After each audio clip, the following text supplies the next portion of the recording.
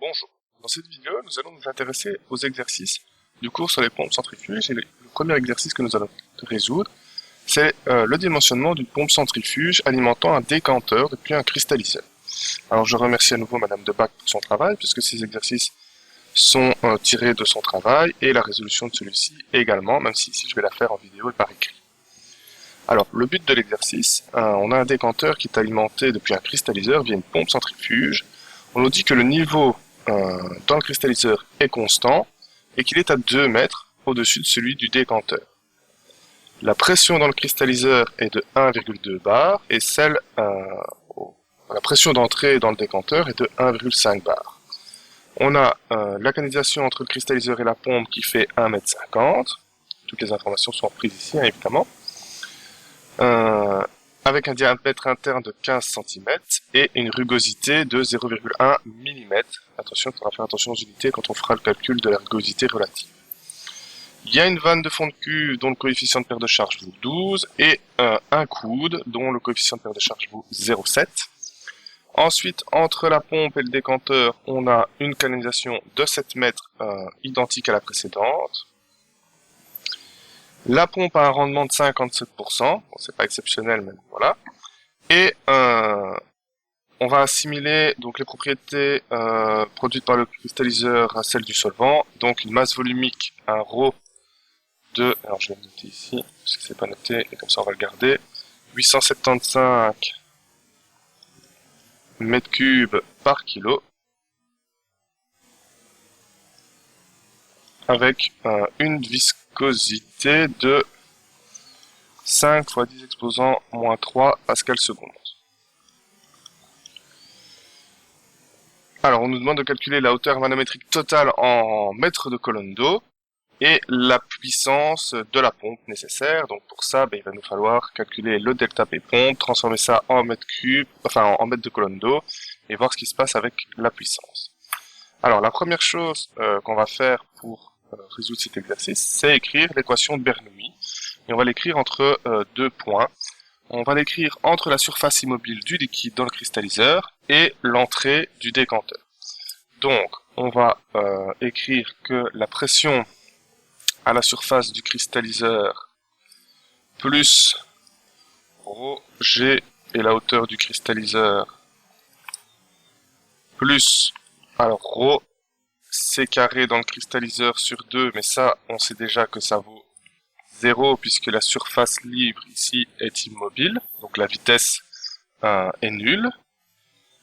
Et il nous reste le terme delta P pompe, c'est la pression de la pompe finalement pour faire fonctionner mon installation.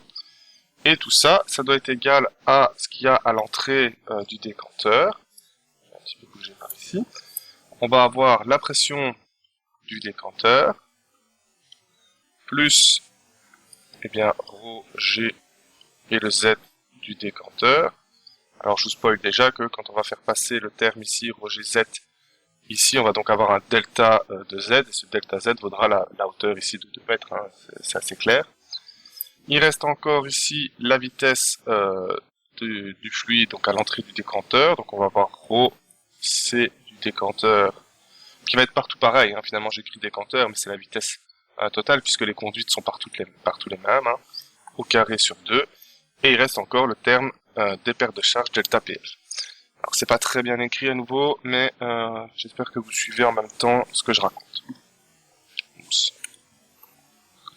Alors on va s'intéresser justement au dernier terme là-bas, le terme des pertes de charge. Alors on a dit que les pertes de charge étaient égales à la somme des pertes de charge régulières, donc c'est-à-dire celles qui sont dues à l'installation, enfin aux conduites, plus la somme de toutes les pertes de charge singulières, c'est-à-dire les coudes, les vannes, etc. On avait établi dans la toute première vidéo que c'était égal à ρ fois c carré sur 2 multiplié par, alors ici on va avoir un terme qui est 8 fois les f demi, on reviendra tout de suite sur ce que c'est, fois la longueur totale de la conduite, donc ici on a L1 plus L2, tout ça divisé par le diamètre de la conduite, plus les différents cas, donc ici on a une vanne, et on a un coude, comme ceci. Alors on peut déjà calculer la vitesse dans mes conduites. Je sais que la vitesse c'est 4 fois le débit sur pi d carré ici. Alors 4 fois, c'est 4 fois. Le débit, alors le débit, c'est pas bien donné dans l'énoncé qui est dans les notes. Le débit QV, il est égal à 300 mètres cubes heure. En effet, je pense pas que c'est noté, je ne le vois plus dans l'énoncé dans le cours, mais prenez cette valeur 300 mètres cubes heure, notez-la, c'est celle-là qu'on va utiliser pour le débit. Attention que si c'est des mètres cubes par heure, il va falloir ramener ça en mètres cubes par seconde, puisqu'une vitesse c'est des mètres par seconde. Voilà.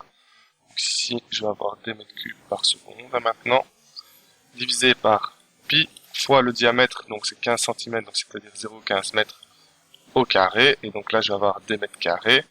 Les mètres cubes s'envoient avec les mètres carrés, il restera bien des mètres par seconde, c'est parfait. Et donc, si on fait le calcul, on obtient ici 4,716 mètres par seconde pour la vitesse du fluide dans ma conduite, comme ceci.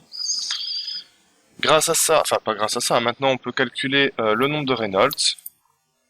En fait, le but c'est d'aller chercher le f demi ici dans le diagramme de Moody. Et donc pour ça, il nous faut le nombre de Reynolds.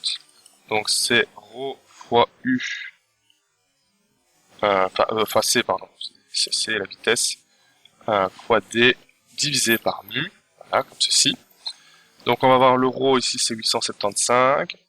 La vitesse, on vient de la calculer, c'est 4,716. D, on le sait, c'est 0,15. Et le mu, c'est donné, c'est 5 fois 10 exposant moins 3. Et donc on va obtenir ici un nombre de Reynolds de 123 787.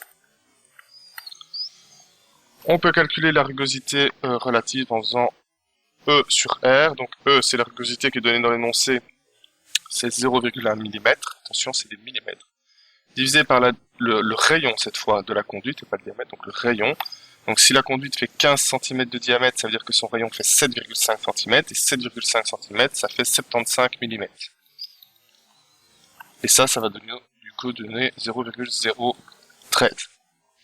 Grâce à ça, on peut aller rechercher le diagramme de Moody, que j'avais mis là en tout petit. Hop. Et donc, si on prend un nombre de Reynolds de 123 000 plus ou moins et une rugosité de 0,013, hop, on a ici la courbe qui nous intéresse, l'intersection avec le nombre de Reynolds. On va rechercher ici la valeur du f demi et le f demi qu'on trouve ici. Eh bien, il va valoir à peu près 0,0025. Alors, il existe des méthodes plus précises de calcul de ces f demi. On peut par exemple utiliser la formule de Churchill pour avoir une approche plus réelle. Néanmoins, les formules sont assez compliquées et le diagramme de Moody est assez intéressant qu'il est juste une lecture de diagramme, c'est plus facile que de retenir des formules. Je suis même pas sûr que vous avez vu la formule de Churchill en mécanique des fluides l'année passée, donc on va en rester là pour le calcul de f demi. Bien, bon maintenant on peut retourner à notre équation ici en rouge, celle qui nous intéresse, volontairement en rouge. Et le terme qui nous intéresse vraiment ici, c'est le delta P pompe. C'est ça qu'on doit calculer. Donc on va repartir de ce terme-là. On va écrire, alors je vais le mettre à peu près ici, c'est bien. Delta P pompe. Eh bien, qu'est-ce que ça va valoir? Alors tout ce qui est de ce côté-ci va rester. Tout ce qui est de ce côté-ci va rester. Tout ce qui est de ce côté-ci va passer par là. Alors, je vais avoir ici pression dans le décanteur, moins pression dans le cristalliseur. Ça, c'est un premier terme intéressant. Ensuite, on va avoir ici ρ G Z du décanteur, moins ρ G Z du cristalliseur. Comme ceci. Au niveau des vitesses, celle-ci vaut 0, donc il restera que celle-ci. Donc il va me rester ici un terme ρ C carré sur 2, plus les pertes de charge ici, delta PF. Alors, j'attire quand même votre attention sur le fait que dans delta PF, on a un terme ρ c carré sur 2 qu'on va donc venir mettre en évidence, mais une chose à la fois. Donc, delta P pompe, ici, il va nous rester, alors la pression dans le décanteur, 1,5 bar. La pression dans le cristalliseur, 1,2 bar. Alors là, ici, pour le moment, je le laisse volontairement en bar, même si c'est pas bon. Alors ici, ben, Roger va se mettre en évidence et il reste la variation de hauteur. Hein, et c'est donc ici, je vais avoir un terme, ça vaut moins 2 mètres. Oups, c'est pas bien écrit.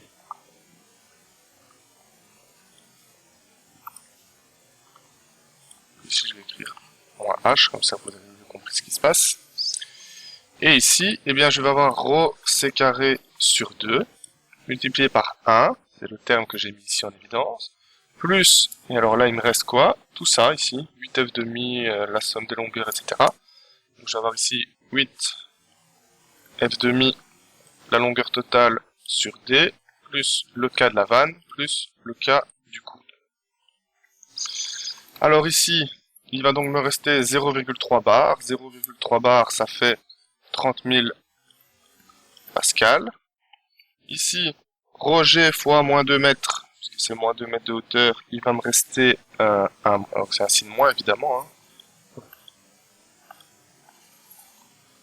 Ici, il va me rester moins, ici c'est des pascal. 17 000, alors j'ai fait le calcul intermédiaire, il faut le faire évidemment, 17 166, 168 pardon, pascal. Plus, alors, le ρ c carré sur 2 va donner 9730. Et à ça, il faut multiplier par 1. Plus, alors ça donne 1,133. Plus 12, plus 0,7. Et donc, tout ça, additionné, va nous donner 157 160 pascal. Ça, c'est le delta P pompe, c'est ce que la pompe doit fournir pour que mon installation fonctionne. Alors, on peut écrire du coup ce que vaudra HNT, donc la hauteur manométrique, puisque la hauteur manométrique c'est le delta P pompe divisé par ρ fois G. Attention, c'est bien le ρ de l'eau hein, cette fois, parce qu'on veut ramener ça en mètres de colonne d'eau. Et donc, 157 160 divisé par 1000 fois 9,81, ça va me donner, grosso modo, 16 mètres de colonne d'eau. Et maintenant, on peut calculer l'énergie, la puissance électrique de l'installation, qui est donnée par QV fois le delta P pompe sur le rendement. Alors, QV, on le sait, c'est 300 mètres cubes ramené en mètres cubes par seconde. Le delta P pompe, il est juste en dessous. Le rendement, c'est 0,57. Et du coup, on obtient une puissance électrique de plus ou moins 23 kW. 23 kW, c'est quand même beaucoup hein, pour une simple pompe, une petite installation comme ça de 8 mètres de longueur. Voilà. Donc ça, c'est la résolution du premier exercice. La résolution du deuxième exercice viendra dans une autre vidéo. En attendant, je vous remercie pour votre écoute et à bientôt.